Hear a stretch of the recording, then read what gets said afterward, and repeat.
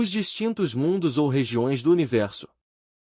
Hoje conversaremos sobre os distintos mundos ou regiões do universo. A teosofia oriental, assim como as diversas escolas de tipo pseudo-esotérico e pseudo-ocultista, nos falam dos planos suprassensíveis. Inquestionavelmente, o termo planos nos parece certamente um pouco confuso, sugere a ideia equivocada de superfície sobre superfície, a modo de escada. Devido a isto, precisamente, é por isso que nós em nossa nomenclatura gnóstica resolvemos, francamente, não usar esse termo, preferimos falar de regiões ou mundos superiores, localizados em distintas dimensões da natureza e do cosmos. Assim se torna mais inteligível, mais claro o conhecimento. O mundo físico tridimensional de Euclides não é tudo, por cima e por baixo existem outras regiões do universo. É inquestionável que acima da região tridimensional de Euclides temos as dimensões superiores, é indubitável que por baixo da citada região tridimensional temos as infradimensões naturais, devidamente localizadas dentro do organismo planetário em que vivemos. Se examinarmos cuidadosamente o mundo físico que nos rodeia, veremos múltiplos fenômenos de tipo mecânico, bioelétrico, fisiológico, metabólico, catalítico, químico, calórico, etc., que devem ter, inquestionavelmente, uma base, um fundamento. Seria completamente absurdo, por exemplo, supor que um organismo vivente, formado exclusivamente com moléculas químico-físicas, tenha capacidades para falar, pensar, sentir e agir. Se isso fosse assim, poderíamos construir organismos similares. Poderia objetar-se nos dizendo que os robôs fazem maravilhas. Não negamos de modo algum isso, mas obviamente nenhum robô poderia, por exemplo, fundar uma escola de pensamento, nenhum robô seria capaz de escrever uma obra esotérica transcendental. Eu gostaria de saber qual é o robô que poderia escrever uma obra tão maravilhosa como A Doutrina Secreta de Helena Petronila Blavatsky. Assim, pois, os robôs têm ação, sim, mais limitada, funcionam de acordo com seus limites mecânicos, não poderiam por si mesmos atuar ou pensar além dos limites que lhes foram fixados. Assim, pois, não encontramos, até agora, nem sequer um Frankenstein que possa imitar a um ser humano, não há. Tudo isto nos convida a compreender, com inteira clareza, que o mundo físico tridimensional de Euclides não é tudo. Inquestionavelmente, a região químico-física necessita de um nexus formativus, uma base sobre a qual possa funcionar. Se examinarmos qualquer organismo veremos que tem os processos de assimilação, eliminação, reprodução, percepção, sensação, calorias, etc. Obviamente, isto nos indica que além das moléculas meramente químicas existem estruturas, bases que a ciência oficial desconhece. Inquestionavelmente, sabemos que todos os fenômenos químico-físicos estão sustentados pelo corpo vital do planeta Terra. É, pois, o mundo vital, a quarta coordenada, a quarta vertical do mundo físico. É o mundo etérico, diríamos, a zona tetradimensional deste planeta no qual vivemos, nos movemos e temos nosso ser. Muito mais além deste mundo vital há outras regiões, mas examinemos bem o mundo vital. Inquestionavelmente, nossa Terra tem seu duplo, seu duplicado exato, seu princípio de vida, e este é o corpo vital. No organismo humano, como em qualquer outro organismo animal, existem 4 modalidades do éter. Uma poderíamos denominar perfeitamente éter químico, que é aquele que se relaciona com os processos de assimilação e de eliminação orgânica. Um segundo seria o éter de vida, está relacionado com os processos de reprodução. Um terceiro é o éter luminoso, que permite a todos os organismos as percepções sensoriais externas, assim como o desenvolvimento de calorias, e há um quarto princípio vital, éter refletor, relacionado com a imaginação e a vontade de todas as criaturas. Se vemos uma flor, podemos admirar nela não somente as formas geométricas e suas pétalas maravilhosas, mas também sua coloração. Indubitavelmente, essas colorações naturais se relacionam intimamente com o éter luminoso da criação. O olho da águia assombra por sua agudeza, bem sabido é que percebe desde as nuvens a qualquer ave, a qualquer réptil, e que se precipita imediatamente para caçá-lo. Esse é seu alimento, claro está, mas esse olho da águia nos está assinalando o éter luminoso. Não seria possível que existissem percepções sem o éter luminoso. Admiramos a força da vontade dos grandes gênios, e isto se relaciona com o éter refletor. Luz, calor, cor e som podem cristalizar em toda a criação mediante os 4 éteres universais. Quando o esoterista, com seus éteres luminoso e refletor completamente absorvidos em seu corpo astral, visita essas zonas, diríamos, edênicas ou paradisíacas do mundo etérico, descobre verdadeiras maravilhas, verdadeiras belezas. As montanhas ali se tornam transparentes como cristal, se voltam azuis, inefáveis. Ali também encontramos os templos da natureza. Todas as criaturas dos reinos animal estão organizadas. As essências, diríamos, que se reincorporam incessantemente nos distintos organismos animais se chamam elementais.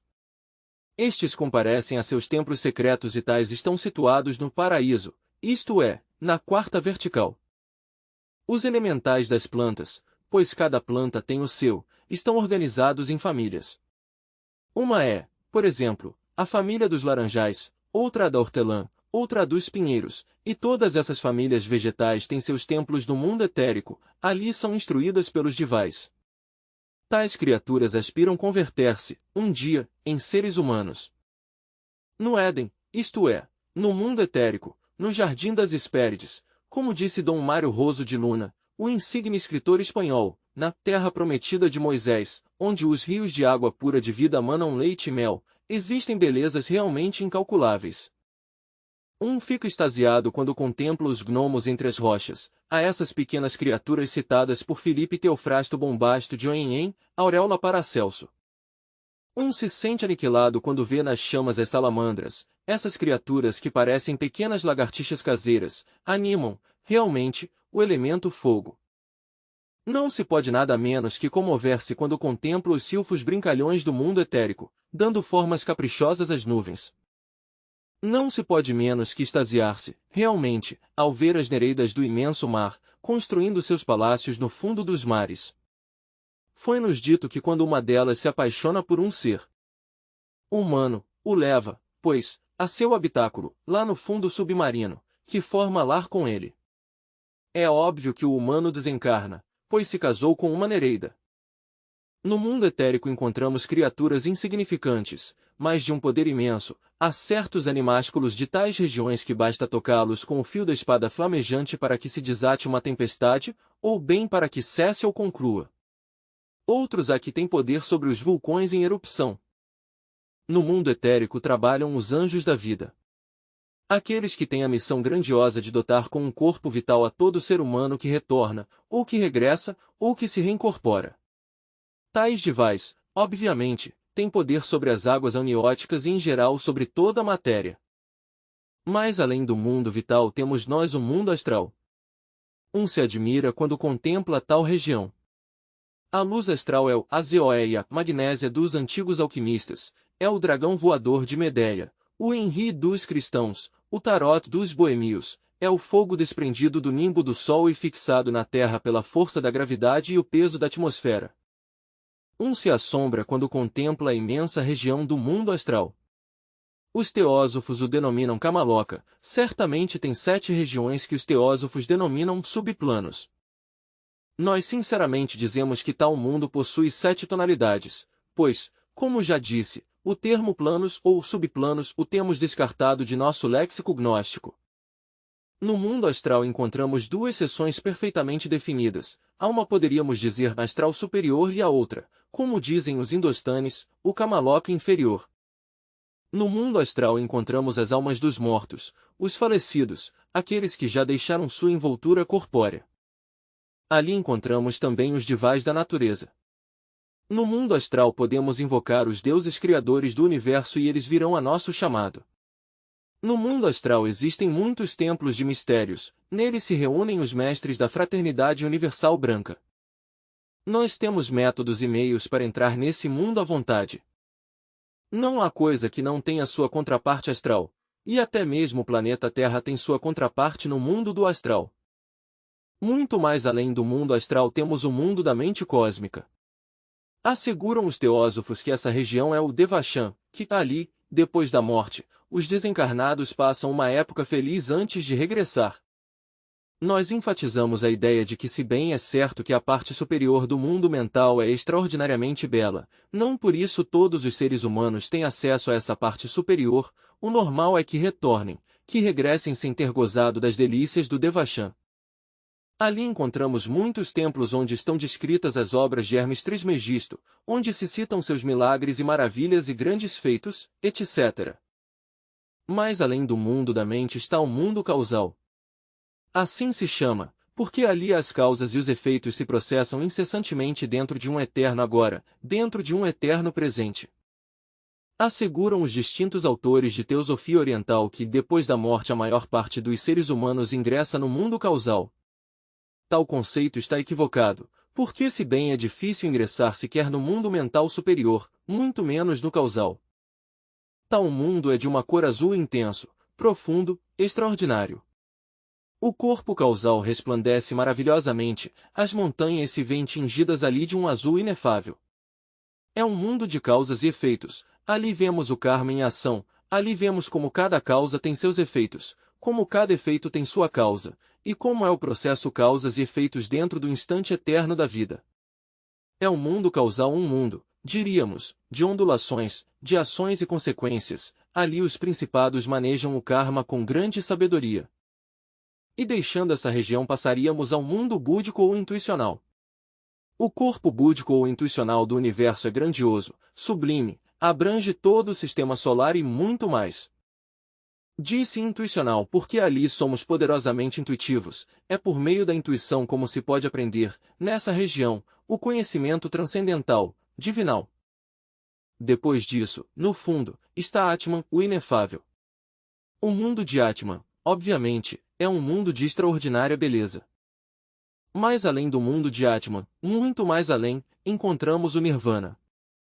O Nirvana é a região da suprema felicidade. No Nirvana se desenvolve a vida livre em seu movimento, dentro de um instante eterno, dentro de um eterno presente, dentro de um eterno agora. Os habitantes do Nirvana são infinitamente ditosos, estão além do bem e do mal. Existem nirvanis com resíduos e nirvanis sem resíduos. O que se entende por nirvanis com resíduos? Entenda-se por nirvanis com resíduos aqueles que ainda têm alguns elementos do ego. Não é que penetrem no nirvana com o ego, mas deixam aqui, no mundo sensível, elementos do ego, elementos que não dissolveram. E o que se entende por nirvanis sem resíduos? São aqueles que já dissolveram absolutamente todo elemento indesejável, que não têm nada subjetivo, que não deixaram neste mundo nenhum agregado psíquico inumano, que estão, como diríamos, bem mortos. Porém o Nirvana não é tudo, mais além do Nirvana está o mundo do Paranirvana, onde a alegria aumenta de forma extraordinária, e muito mais além do Paranirvana está o Mahaparanirvana, e afinal, entramos no mundo ádico, e por último, no monádico. Qual é o mundo monádico? O mundo do terceiro Logos, a região inefável e extraordinária onde Shiva, o terceiro Logos, vive e palpita. Cada um de nós, nessa região, tem seu Shiva particular, divinal, a seu rei que um dia deve entrar aqui à existência sensível, que um dia deve incorporar-se em seus organismos, que um dia deve revestir-se com sua presença. Existem regiões ainda mais superiores, como as do Cristo cósmico e as do Pai. Bem, irmãos, isto que a grosso modo citamos, está descrito em muitos volumes de tipo teosofista, pseudo-rosacruzista, etc. Nós vamos estudar isto, mas de uma forma mais detalhada e à luz da cabala hebraica. Temos que compreender, meus caros irmãos, que atrás de todo este cenário universal, atrás de toda esta série de mundos que descrevemos a grosso modo, está a seidade incognoscível ante a qual todos, homens e deuses, se prostram com grande humildade. Se perguntássemos a qualquer adepto da fraternidade universal branca algo sobre si mesmo, diria, estou tão somente nas orlas de um mar vastíssimo e grandioso. A cabala hebraica nos fala das emanações sefiróticas, mas de onde surgem essas emanações? Quais são essas emanações? Em falado a grosso modo, de mundos ou regiões, só assim se torna o conhecimento mais compreensível, mais concreto, mais perfeito. De onde surgiram estes mundos, que não são outra coisa senão os mesmos sefirotes? Como vieram à existência? Daquilo, do absoluto emanam, O quê? Os sefirotes. Do que temos falado ao citar as diversas regiões universais? Do mesmo, dos sefirotes. Isto quer dizer que mundos suprassensíveis e sefirotes são a mesma coisa. Do mundo do absoluto emanam os sefirotes. Foi-nos dito que o primeiro que emana é Keter, o ancião dos dias, mas nós devemos compreender o que é esse ancião, o que é esse grande rosto. A Cabala hebraica nos diz que é o oculto dos ocultos, a misericórdia das misericórdias, a bondade das bondades. Inquestionavelmente Jesus o especificou, com uma frase que é Abba, Pai. Certamente, é nosso Pai que está em segredo, e há tantos pais no céu quantos homens na terra. Diz a grande mestra Helena Petronila Blavatsky. E assim é, cada um de nós tem seu Pai que está em segredo, seu Pai que está nos céus, Keter, o velho de todas as eras, o ancião dos dias, o grande rosto, nele estão contidos todos os demais sefirotes.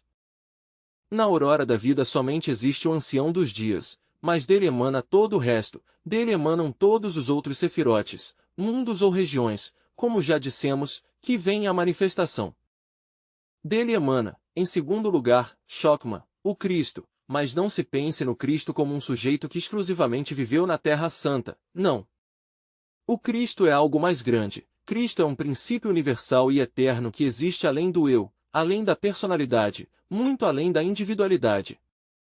Assim, pois, o primeiro que surge à manifestação, o primeiro que vem à existência, já dissemos, é o ancião dos dias, ele se desdobra no Cristo, mas não é Cristo um indivíduo, não. É um princípio universal, sim, e que se manifesta em todo o homem que esteja devidamente preparado, mas é necessário que vocês o saibam entender, não estamos tratando de subestimar o grande mestre Jeshua ben Pandirá, a Jesus de Nazaré, não. Já sabemos que esse grande mestre é perfeito, que se educou, como todo mundo sabe, no Egito.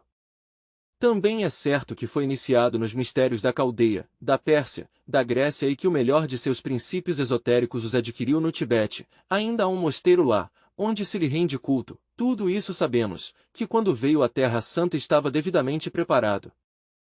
Mas o Cristo cósmico não se expressa somente através de Jeshua ben Pandirá, o Cristo cósmico também se expressou, vivamente, em João Batista, por isso é que se dizia de João que era um Christus.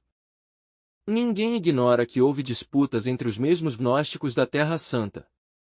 Alguns afirmavam que Jesus de Nazaré tinha sido tão somente um daqueles que tinha resolvido seguir a João e que o verdadeiro ungido era João.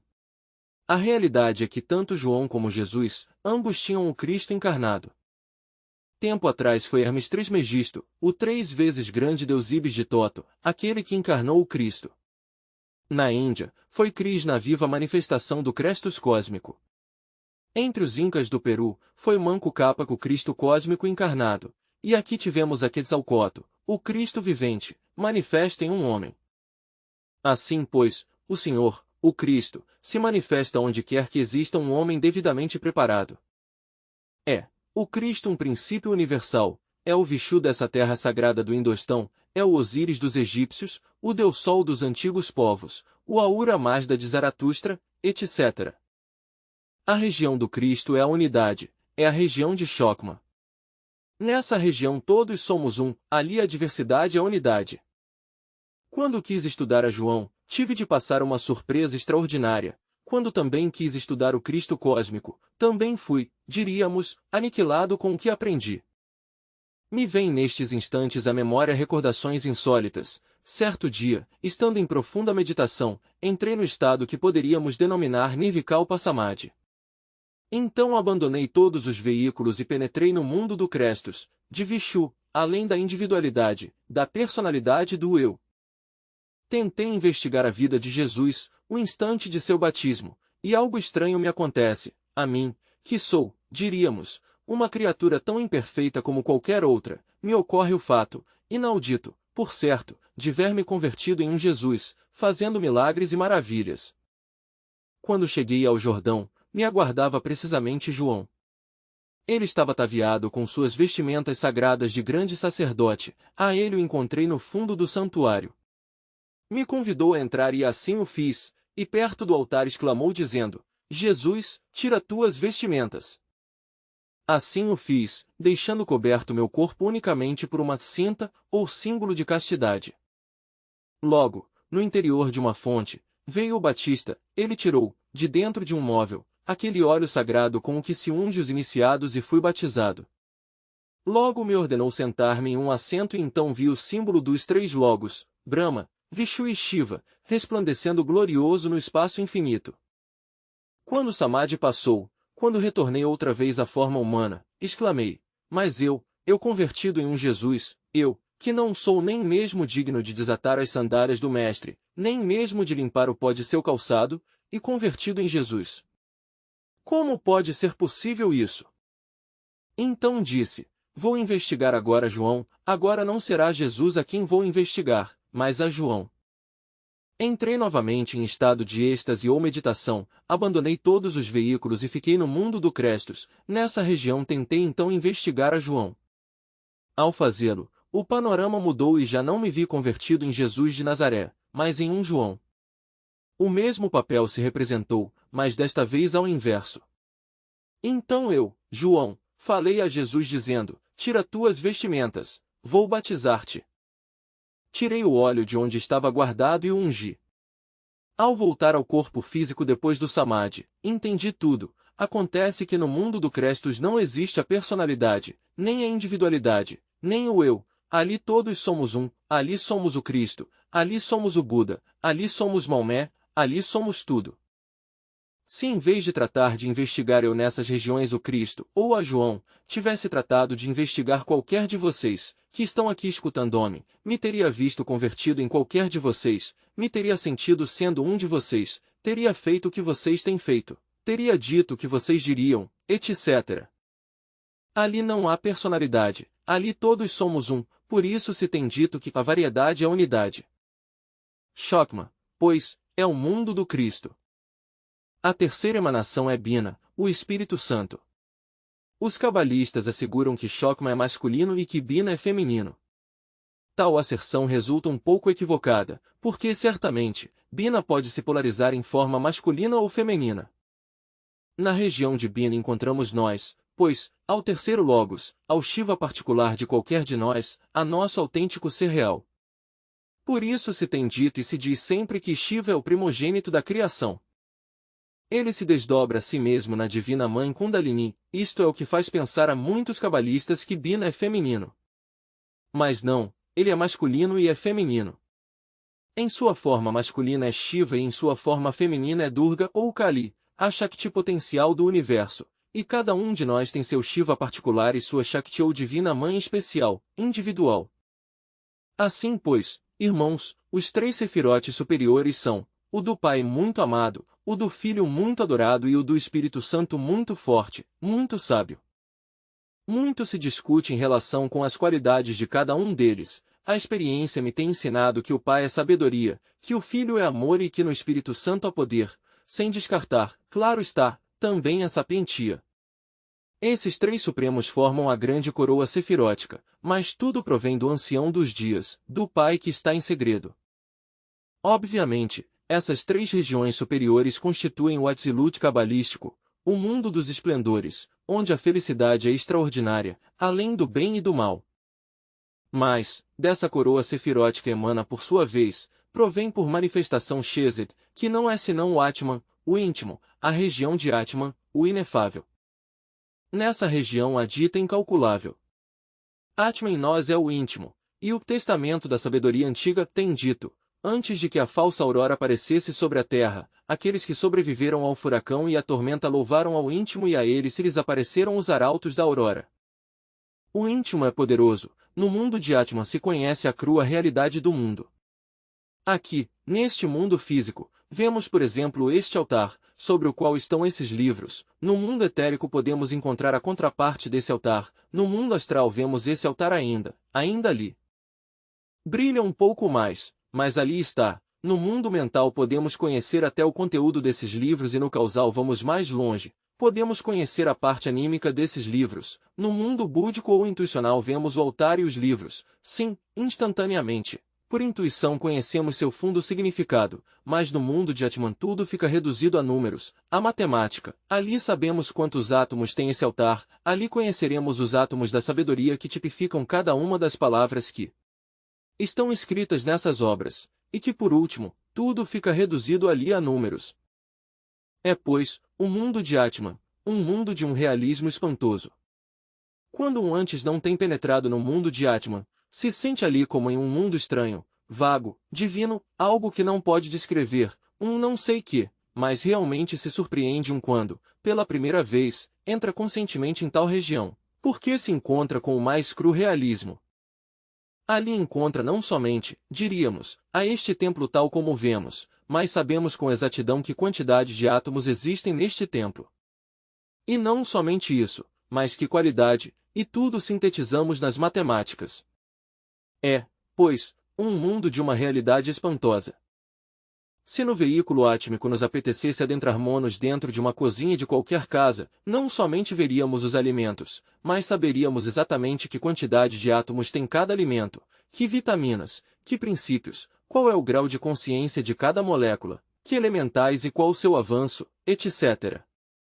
Um desdobramento maior de Atman encontramos no mundo búdico ou intuicional.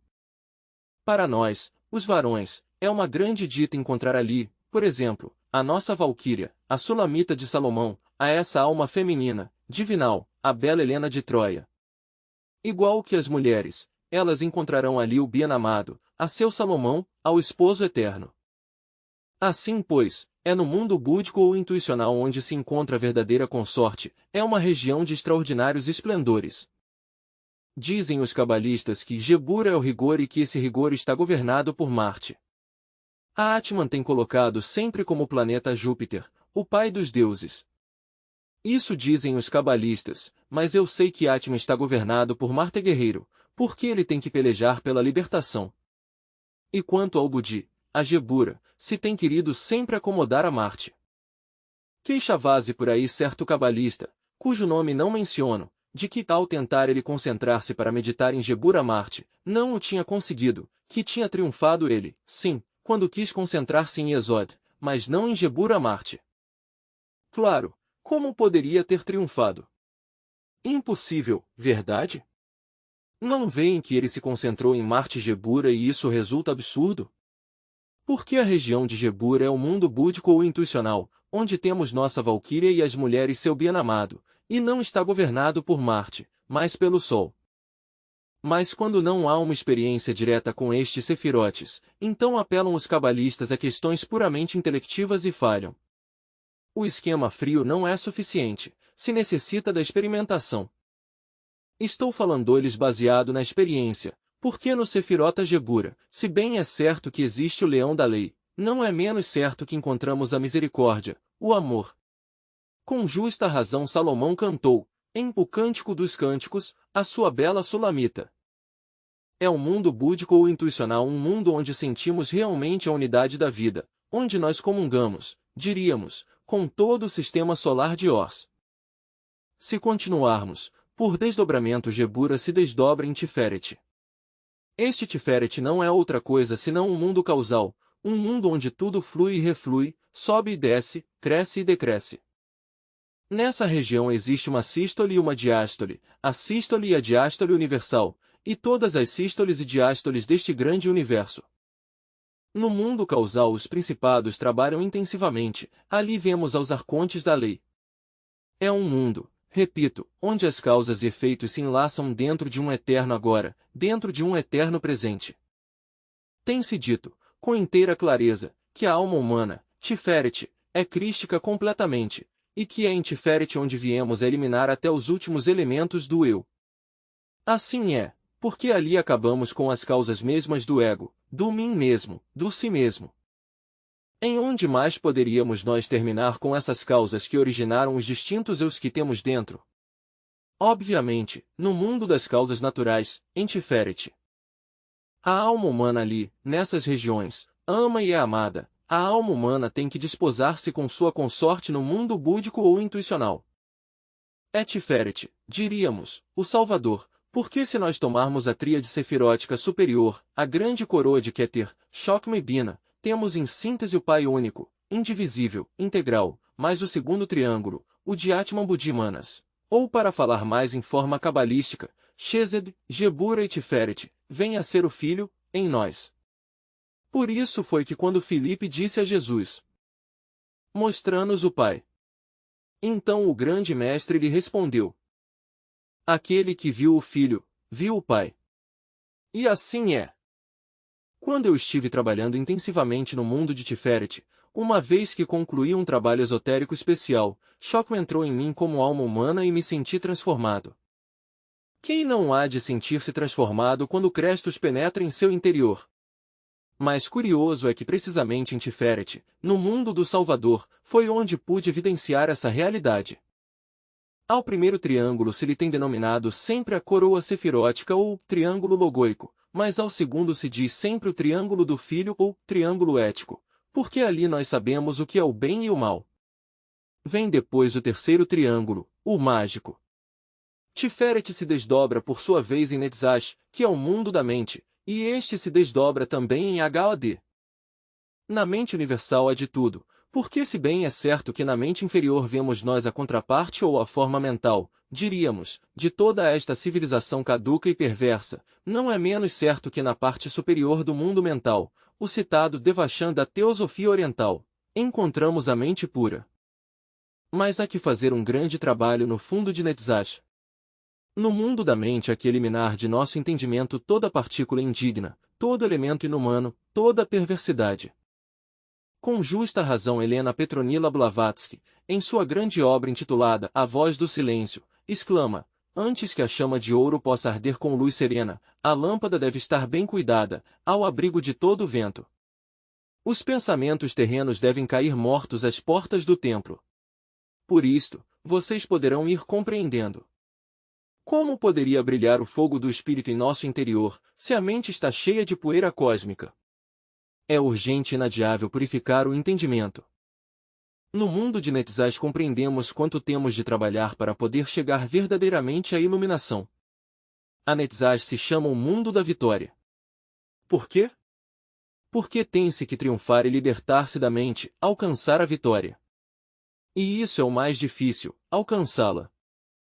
No caminho secreto, aquele que tem trabalhado nos augustos mistérios que jazem escondidos na arca de todas as eras, é advertido à beira do caminho centenas de vezes, até aqui tendes chegado bem, mas agora que ides trabalhar com a mente, lembrai-vos que todos aqueles que o têm tentado fracassaram. Raros são aqueles que não fracassaram, porque a mente é realmente perversa, perigosa. Vocês estão escutando-me neste recinto, precisamente vieram escutar-me, e eu estou aqui para dizer-lhes grandes verdades. Mas isso é o grave. Estaremos seguros que amanhã estarão vocês conosco aqui? Vocês mesmos têm sido testemunhas de que muitos que antes vinham, agora já não vêm. Alguns até suplicam a entrada à terceira câmara, se lhes dá e logo não retornam. Assim é a mente. Agora se explicarão vocês por que é difícil a liberação final. Também poderão vocês entender, nestes instantes, qual é o motivo pelo qual ao mundo de Netzach se lhe denomina Vitória, a região da vitória, porque, claro, se conseguimos sair vitoriosos sobre a mente, temos triunfado. Quem logre libertar-se da mente é um vitorioso, é um Buda. No mundo da mente há templos extraordinários, ali vemos a contraparte dos mares profundos e dos continentes. Com o corpo mental podemos viajar por todo o sistema solar, e ainda mais, podemos transportar-nos lá. Em tal veículo as melodias do Devachan ressoam milagrosamente, como uma harpa de maravilhas no espaço infinito. Os templos de Hermes, com suas portas de glória, resplandecem entre o fogo de todo o universo. É aí onde podemos inteirar-nos de todas as grandes obras que esse mestre tem feito. Netzach, por sua vez, se desdobra no mundo de Had dos cabalistas, no mundo astral. Obviamente, a região inferior de Od é o Kamaloka inferior de que falam os hindus. Na região superior encontramos a muitos Mahatmas, a muitos anjos esplendorosos e felizes. Na seção inferior podemos encontrar-nos a todos os aquelares da Idade Média, a todos os templos da magia negra, as almas em pena, as criaturas sofrentes, a todos os que gemem e choram, e também a todos os perversos. Um desdobramento posterior nos mostra a Yesod, o mundo etérico, onde está o depósito das forças sexuais universais. Esta pedra cúbica de Yesod é o sexo. Inquestionavelmente, a região de Yesod é, como já dissemos, o mundo etérico. Assim, pois, Netzach, Od e Yesod constituem o triângulo mágico. Encontramo-nos aqui, no mundo físico, no Sefirot caído, em Malkut. Aqui estamos, estudando, preparando-nos, trabalhando, mas Malkut não é somente o mundo físico. Lembremo-nos que no interior da Terra, nas infradimensões, estão os clifos e estes são de Malkut. Existem 9 infradimensões, sabiamente simbolizadas por Dante em A Divina Comédia. Nessas 9 infradimensões involucionam distintos seres humanos. Muitos entram no reino dos clifos, por sua exagerada perversidade, antes de ter concluído seu ciclo de manifestação, mas há outros que entram no reino dos clifos porque seu tempo se esgotou. Tem-se-nos dito, e é verdade, que a cada um de nós se atribuem 108 existências, que realizado ou cumprido o ciclo de manifestação, descemos do mundo dos clifos, ainda que não sejamos maus nem perversos. Conheço por aí alguém, cujo nome não menciono, que vive ainda sobre a face da terra, que ainda tem em seus olhos a suave luz do dia. É um bom filho e estuda medicina, seus pais o querem. Há pouco teve um acidente de trânsito, foi atropelado por um automóvel, e foi então quando me ocorreu investigá-lo nas regiões do mundo invisível. Certamente, o encontrei, e em nome da verdade o digo, não nas zonas superiores do mundo tridimensional, não, mas no mundo dos clifos, na primeira esfera que diríamos sublunar, no primeiro círculo dantesco. Como se me diria, se ainda vive? Sim, é certo, mas chegou às 108 existências e ainda que seja um bom filho, um bom cidadão, seu ciclo de manifestação concluiu e como quer que em nenhuma de suas existências passadas fez nada por sua própria autorrealização, a roda girou, a roda do Sansara, e agora involuciona no reino mineral submerso. Conheço a outra pessoa, uma dama, vive ainda sobre a face da terra, mas já mora no terceiro círculo dantesco. Obviamente, ela abusou da energia criadora do terceiro Logos e foi pelo caminho negro. Quando desencarnar, continuará sua vida nessa região, no terceiro círculo. Outra aqui está no círculo quinto, mas já desencarnou, e existem criaturas tão perversas que ao deixar o corpo penetram imediatamente no nono círculo. O que diríamos nós desses extorsores, desses assassinos que raptam pessoas e logo cobram seu resgate e até as assassinam, tal como lemos nas notícias que a imprensa nos tem dado e que segue dando em todos os países do mundo? Monstros dessa classe são, inquestionavelmente, candidatos para o nono círculo. Seria possível que através de sucessivos nascimentos, como enfatizam tantos membros das distintas instituições pseudo-esotéricas e pseudo-ocultistas, evoluíssem as criaturas até a liberação final? Obviamente que não. Porque está demonstrado, e os fatos o estão dizendo, que em vez de evoluir temos involuído. Se lançarem vocês um olhar ao panorama atual da humanidade, podem vocês advertir isto nesses milhões de seres que povoam a face da Terra. São acaso, essas multidões, puras e belas? São, esses, os inocentes da antiga Arcádia? São, esses, aqueles que adoravam ao sol e aos espíritos da manhã, nas épocas em que nossa terra era bela em todo o seu esplendor? Criam vocês que estes que vivem agora poderiam entrar no Éden? Onde estão as perfeições de todos esses milhões de seres? Não as temos encontrado, verdade? E é isso evolução? Realmente se tem evoluído. Não sei em que se apoiam os fanáticos do dogma da evolução para assegurar que tudo está progredindo, se o ser humano tem perdido tudo, seus sentidos se degeneraram, voltou-se monstruoso, horrível, se não estamos naqueles tempos em que os rios de água pura de vida manavam leite e mel. Estes não são os momentos em que a lira de Orfeu ressoa em todos os âmbitos do universo, estes não são os instantes em que rendamos culto aos deuses santos. Vemos, pelas ruas, pessoas aparentemente muito inocentes, como as do Jardim do Éden, que ingênuas, verdade? E levance da mão, com que carinho! Com uma inocência aparente, mas se vamos ver o fundo disso, que fornicações, que perversidades! Assim está o mundo por aqui, por lá e acolá. Assim, pois, o dogma da evolução resulta falso. Assegurar que todos estamos evoluindo até ser deuses é mentira porque os fatos estão demonstrando o contrário. Onde estão, nestes instantes, as pirâmides com seus grandiosos mistérios? Sim, aí estão, em Teotihuacan, mortas e frias. Onde estão as pirâmides do Egito com seus hierofantes?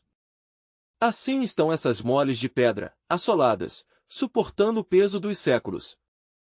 Mas seus hierofantes, o que se fizeram? Agora andam por aí, deambulando, caídos, metidos na lama da terra. Em dias passados tive de fazer uma preciosa investigação que me deixou perplexo. Muito temos falado aqui sobre Santiago, o bendito patrono da grande obra. A Epístola Universal do grande apóstolo está aí, segue em pé. Mas algo houve que me deixou perplexo. Fui aos mundos de consciência cósmica e nessa região do Sefirot Od, quis saber algo. Descobri que uma de suas existências anteriores tinha sido nada menos que um desses famosos uracochas. Mas vejam que distinto, verdade? O Santiago, aquele da Terra Santa, aparece na Espanha e muito mais tarde em outra parte. Era um imortal, isso é óbvio. Mas se tudo tivesse ficado aí não haveria nada de que surpreender-se. O grave não esteve nisso, mas que caiu e perdeu também a imortalidade de seu veículo. Mas, cai o bendito patrono da grande obra. Impossível, diríamos, mas caiu-se e agora vive por aqui nestes momentos, está no Brasil, dentro de nosso movimento gnóstico está trabalhando pela humanidade, está se esforçando, sim, por redimir-se outra vez.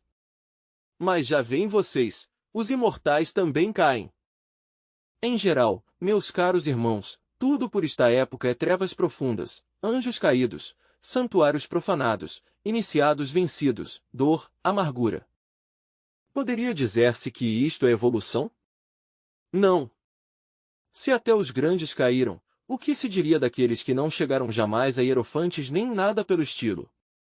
O que se dirá de todas essas multidões, de todo esse manchado conjunto de pessoas que vão e vêm por estas ruas de Deus? Cumprem seu destino, terminam seu ciclo de manifestação e vão aos mundos dos clifos para o bem deles e para o bem de todos. Mas, que sorte nos aguardaria se não se afundassem para sempre os perdidos no mundo dos clifos? Imaginem vocês, se não houvesse um princípio superior, se uma força natural não desintegrasse o si mesmo, o eu, se lhe permitisse crescer, aonde se chegaria? Afortunadamente a roda gira incessantemente, quando um não se autorrealizou, desce entre as entranhas da terra para seu bem, porque em última instância o que quer a divindade é nosso bem.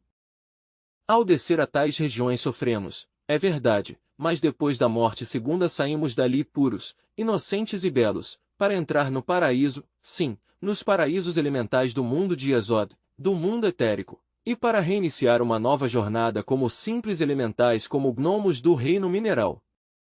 Que preciosos paraísos os dessas regiões da natureza, quão belo é penetrar, diríamos, nos paraísos do mundo vegetal, onde há belezas inconcebíveis. E depois continuar como seres vegetais, animais, e por último reconquistar o estado de humanos puros, inocentes, com possibilidades maravilhosas. De maneira que, apesar de que a dor nessas regiões, é para liberar-nos, é para nosso bem. A misericórdia divina é grandiosa e todo mal por grande que seja tem seu castigo, mas todo castigo, por sua vez, tem seu limite, isto é, ninguém pode pagar mais do que deve, por muito grave que seja o delito, seu castigo tem um limite.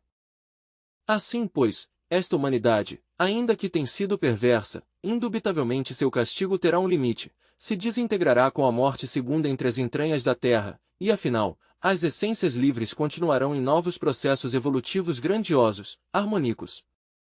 Há que ir entendendo tudo isto, meus caros irmãos, fazendo-nos conscientes do que são os sefirotes, do que são os clifos, do que é a evolução, do que é a involução. Quem verdadeiramente intente passar além de todos estes processos evolutivos e involutivos dos sefirotes, deve meter-se pela senda do meio, pelo óctuple sendeiro, pelo caminho estreito que nos leva à liberação final, porque os sefirotes têm evolução e involução. Em princípio tudo está dentro do Logos, dentro do ancião dos dias. No mundo de Azilut, o Logos maneja tudo diretamente, mas quando o Logos se desdobra em todos esses sefirotes, quando emana todos esses sefirotes, tudo muda, cai no mundo da manifestação, até cair no mundo físico.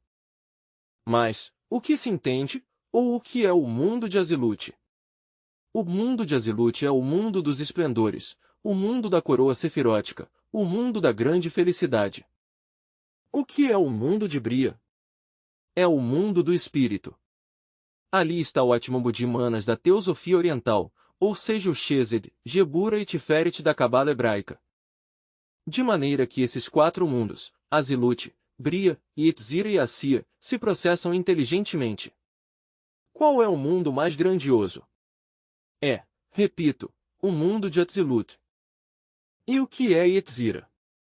Em Yetzira encontramos nós o mundo mental e o mundo astral. E por último encontramos o mundo de Assia, é um mundo físico com suas regiões submersas ou moradas dos clifos. Mas, em princípio, todas essas emanações estão no ancião dos dias, na bondade das bondades, dele provém tudo. O Logos diretamente maneja todos os sefirotes, diretamente, repito, porque já no mundo seguinte, no mundo de Bria, se manifesta através das hierarquias divinas, no mundo de Yetzira mesmo e no mundo de Assia, ou seja o mundo físico, se manifesta através dos chakras do planeta Terra, dos signos zodiacais, dos planetas do sistema solar e até através dos tátuas ou vibrações.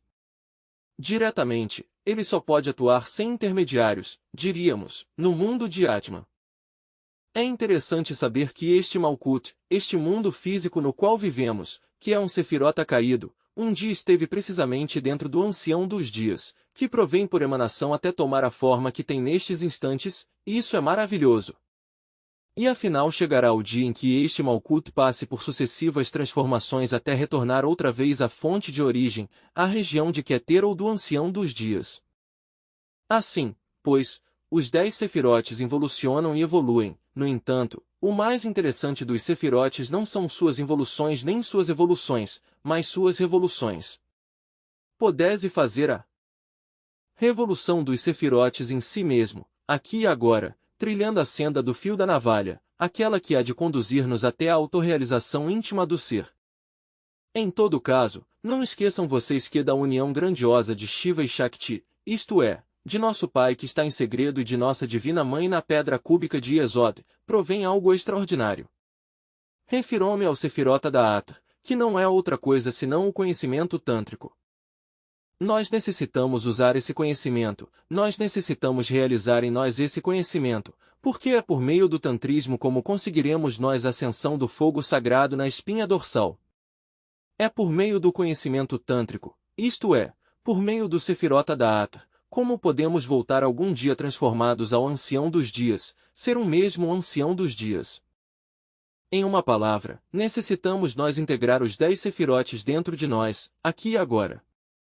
Dentro de nós estão, mas devemos integrá-los para converter-nos em deuses. Quando isso for, teremos direito a bater na porta 11, mas antes devemos ter-nos integrado absolutamente. Já integrados e perfeitos, poderemos chamar a essa porta de prodígios e ela se abrirá, nela está o terceiro aspecto do grande absoluto. Seguindo estes desenvolvimentos cósmicos, poderemos chegar a bater um dia na porta 12, que é a do Ein Sof, e por último, ditoso aquele que logre bater na porta 13, a do Ein, porque esse se converterá em um Sakon, na viva manifestação do absoluto, aqui e agora, em um Deus além do bem e do mal. Lembrem-se vocês, meus caros irmãos, que o número 13 é santo. Jesus e seus 12 discípulos formaram 13 pessoas, um grupo de 13 pessoas.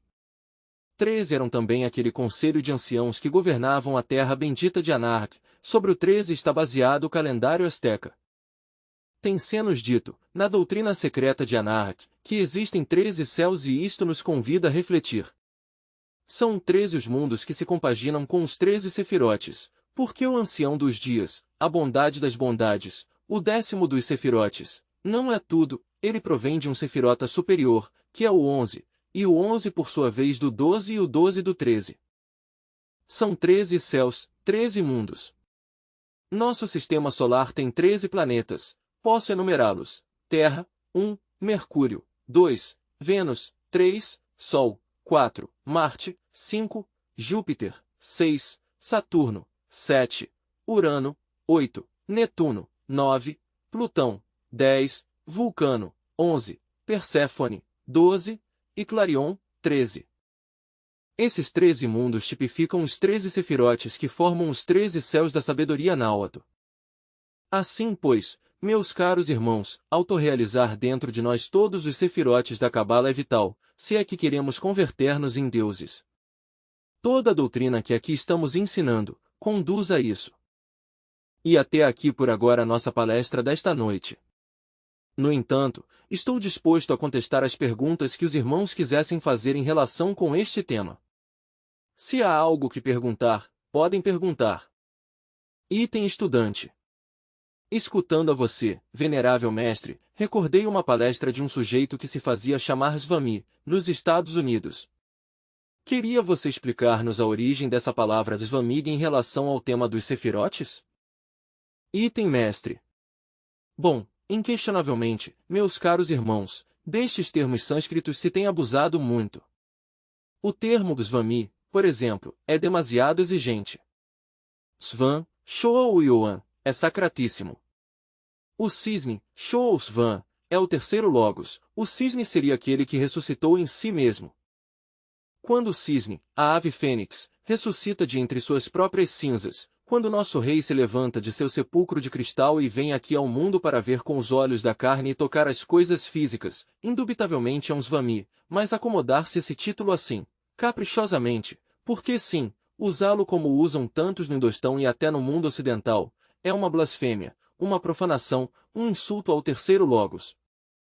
O mesmo acontece com termos como o de Sarajru. Entendase por Sarajru aquele que já bateu e entrou no salão 13, isto é, a manifestação mais fidedigna do absoluto em um corpo humano, um Deus, um Jesus de Nazaré. Que alguém, não importa quem, não enfatizo determinada pessoa, porque não está bem nomear ninguém, por mero capricho se faz chamar assim, Sarajru. Isso é um delito, porque nenhum de nós é digno de limpar-lhe nem sequer o pó dos sapatos a um Sarajru. Nós, ante um Sarajru, não somos mais que vermes da lama da terra, mas nestes tempos de crise mundial e bancarrota de todos os princípios morais, se profanam os nomes mais sagrados. Assim é. Há alguma outra pergunta, meus caros irmãos? Item estudante. O Pai se desdobra na Divina Mãe, mas segundo sua explicação, também Bina, o terceiro Logos, emana de si a sua divina esposa. Então não entendo, mestre, item mestre. Esse é um ponto muito abstrato com o qual se tem enredado, diríamos, muitíssimos estudantes em todos os tempos, em todas as épocas. Essas trimurtis são super difíceis para a mente, só à base de muita intuição e experiência mística direta se podem verdadeiramente compreender. Há várias trimurtis. Por exemplo, a do Pai, do Filho e do Espírito Santo, ou em termos sânscritos, Brahma, Vishnu e Shiva, é uma trimurti, e todas as trimurtis são a mesma e são diferentes. Necessitase muita intuição e muita experiência direta para não confundir-se. Indubitavelmente que o primeiro triângulo é o logoico, assim como o triângulo ético é o segundo e o triângulo mágico é o terceiro. O triângulo logoico, Pai, Filho e Espírito Santo, é indivisível, é unitário, íntegro. Assim, pois, não há necessidade de subdividi-lo tanto. Pai, Filho e Espírito Santo em geral se diz unicamente Padre, e assim o pontualizo, Padre, e acabou-se. Esse Pai, se dizemos assim, no fundo não estamos mentindo, estamos dizendo uma grande verdade, se desdobra a si mesmo na Shakti, e deles dois resulta o Filho, o Espírito Divino de todo homem que vem ao mundo. Esse Espírito Divino é o Filho de seu esposo, ela o concebe por obra e graça de seu esposo, o terceiro Logos. Agora bem, quando chegarmos a encarnar em nós o Espírito Divino, totalmente, que nasça completamente em nós, entenderemos as trimurtis. Não sei onde está a dificuldade, não vejo, pois, em que pode estar a confusão, se está claro. O assunto está em não dividir nem subdividir tanto o primeiro triângulo, porque Pai, Filho e Espírito Santo são um só íntegro, unitotal, e em geral se diz Pai. Ao segundo triângulo se diz triângulo ético, com um ponto focal que tem sido estudado por todos os cabalistas, que é nada menos que o Sefirot Tiferet, a alma humana, o Salvador, o Cristo em nós. E o terceiro triângulo é o mágico, formado por Netzach, Od e Yesod. Netzach é a mente, Od o astral e Yesod, o sexo. Este triângulo tem um centro básico de gravitação que é Yesod, a pedra cúbica, o sexo. Assim, nessa pedra, é onde se encontram Shiva e Shakti, se unem na região do sexo, na nona esfera, e dessa união resulta da Ata, o conhecimento tântrico, mediante o qual é possível que nós façamos subir o fogo sagrado pela espinha dorsal para converter-nos em mestre. E Malkuth é um sefirota caído, já o sabemos, é um mundo físico. Bem, de maneira que, então, se nós dissermos, lá em cima, Pai, Filho e Espírito Santo a cada um dos aspectos do triângulo logoico superior, pode ser que o digamos, mas não está bem que o esquematizemos demais porque, afinal das contas, o Pai, o Filho e Espírito Santo, a cada um dos aspectos do triângulo logoico superior, pode ser que o digamos, mas não está bem que o esquematizemos demais, são íntegros, unitotais. O primeiro triângulo é indivisível e em geral se diz, o Pai. Que o terceiro sefirota, Bina, se desdobra na Shakti potencial. É verdade, é sua esposa, mas este Bina com Shokma e Keter, todos eles juntos, é o mesmo Pai, o esposo da Mãe Divina. Há alguma outra pergunta? Pode perguntar, irmão. Item estudante. As pessoas que ainda vivem na região tridimensional mas que já estão nos mundos infernos, vão ao primeiro círculo e logo descem aos subsequentes, ou vão diretamente ao quinto, ou ao nono, ou a qualquer outro. Item mestre. Bom, um entra diretamente na região com a qual é mais afim. Conheço certa dama, cujo nome não menciono, que é até de bom coração mas já cumpriu suas 108 existências e está, nestes momentos, na primeira região, na região sublunar, a primeira infradimensão ou primeiro círculo dantesco. Aquela gostam, naturalmente, as coisas do mundo e certamente se identifica com tal círculo, dado que lá se vive uma vida muito semelhante à que existe aqui, neste mundo físico. Conheço outro caso muito diferente, de alguém que é demasiado iracundo, que tem uma tendência a brigar a toda hora, que fez do dinheiro sua religião e que não anela nenhum princípio espiritual. Este se acha atualmente na região quinta ou submarciana, ou inframarciana, no quinto círculo dantesco. Assim, pois, há outras que são tão perversas que de uma vez penetram no nono círculo, são os perversos. Não alcancei a especificar bem esse detalhe em meu livro Se é Inferno, Sim há Diabo, Sim há Karma, mas em uma segunda edição que fizer desse livro, aumentarei esse detalhe que é bastante importante. Bom, há alguma outra pergunta? Item estudante. Mestre, os perversos estão no nono círculo dantesco, mas como é lá onde o ego se converte em poeira cósmica, o eu de cada um deles tem também que ir descendo de esfera em esfera, igual que o das outras almas perdidas. Item mestre. Bom, de acordo com a lei da gravitação dos mundos, sabemos que tudo desce ao centro de gravidade de algo, que cai para o centro mesmo da Terra. De maneira que, então, se alguém, por exemplo, entrou no primeiro círculo dantesco, irá descendo pouco a pouco, de esfera em esfera até chegar ao nono, e é no nono círculo onde se volta a poeira cósmica, onde passa pela morte segunda da qual nos fala o Apocalipse, de São João. Inquestionavelmente, no oitavo círculo já se começam os processos mais graves de destruição do ego. Há um milagre nisso que assombra, tem-se-nos dito que o diabo tem cauda, bom, e isto há que saber entendê-lo. O abominável órgão condartiguador certamente é o fogo precipitado desde o cóccix para os infernos atômicos do homem, mas quando analisamos tal tipo de forrar descobrimos algo que assombra, e é que a Divina Mãe no mundo soturno se polariza negativamente. Aquilo é espantoso. Se manifesta na famosa cauda dos demônios e no oitavo círculo. Vejam vocês a Divina Comédia, ali encontrarão documentação. Essa serpente que forma a cauda dos demônios se engole a entidade perdida, dá um banquete, a devora para destruir-lhe o ego, para torná-lo pó, e o destrói completamente no nono círculo, lá se dão os processos mencionados da destruição total. E para que se o destrói totalmente? Para que a essência, diríamos, o Filho, saia de lá. Essa é a forma que ela toma para salvar as suas criaturas. Alguma outra pergunta? Item estudante. Se os perversos vão diretamente ao nono círculo, implicaria isso uma menor permanência, ou menor tempo nos infernos que o das almas perdidas que começam sua involução submersa pelo primeiro círculo. Item mestre. Bom, a mente é astuta, esses são jogos da mente. Indubitavelmente que assim seria aparentemente se não houvesse lei, isto é, que os perversos do nono círculo se desintegrassem correndo e pronto, lá fora. É como se alguém que cometeu um crime espantoso entrasse na cadeia e logo vai para fora, seria algo semelhante, mas a lei é a lei. Acontece que esses indivíduos demasiado perversos do nono círculo, que ingressaram alguma vez no nono círculo, lá terão que viver até que a totalidade de seu karma tenha sido pago, porque tudo isso está dirigido pelos juízes da lei. Nada disso funciona ao acaso, eles se encarregam precisamente de aplicar o correspondente castigo a cada qual. Assim, pois, não há necessidade de fritar tantos miolos. Alguma outra pergunta? Item estudante. Há alguma possibilidade de que qualquer dessas entidades absolutamente perversas, ainda no nono círculo, pudesse revolucionar-se? Item mestre.